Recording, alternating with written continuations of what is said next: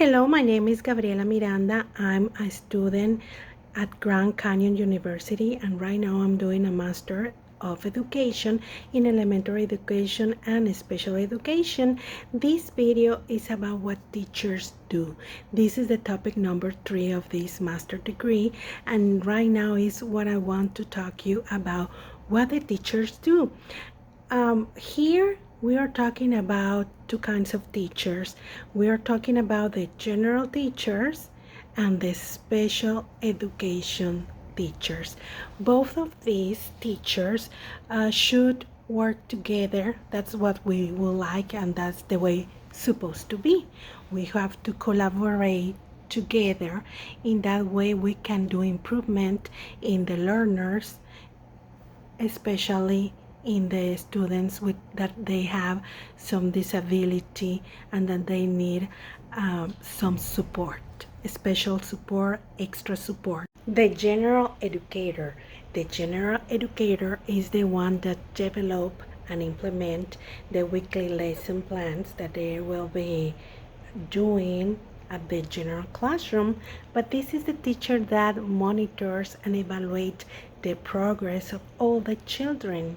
So this is the teacher that will notice if one student needs extra support, and this is the one that will notice if some child or some children are having issues with the learning, and maybe they are doing it with a different subject, but this is the teacher that will notice, and this is the one that should collaborate with the special educator, and this is the one that have to let the special educator knows what's wrong with one or more children. Once that the general educator gives the information to the special teacher, this one, the first step he has to do is to participate in an admission, review, and dismissal committee reunion, because in this reunion this teacher is going to get data from the parents,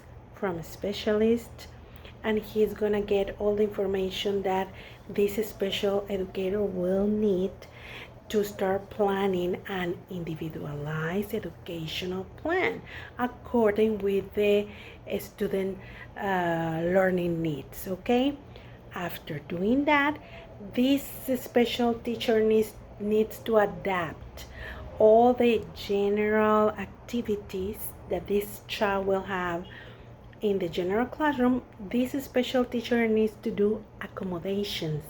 Okay, he needs to adapt all that material to the level of this child with the intervention that this child need, and this teacher needs to find activities to engage this child and help him learn the same things that he's going to learn in the general classroom, but this teacher is going to help him sometimes in an inclusion classroom, and sometimes with the help of a paraprofessional in his or her general classroom, with all his peers, with all his classmates.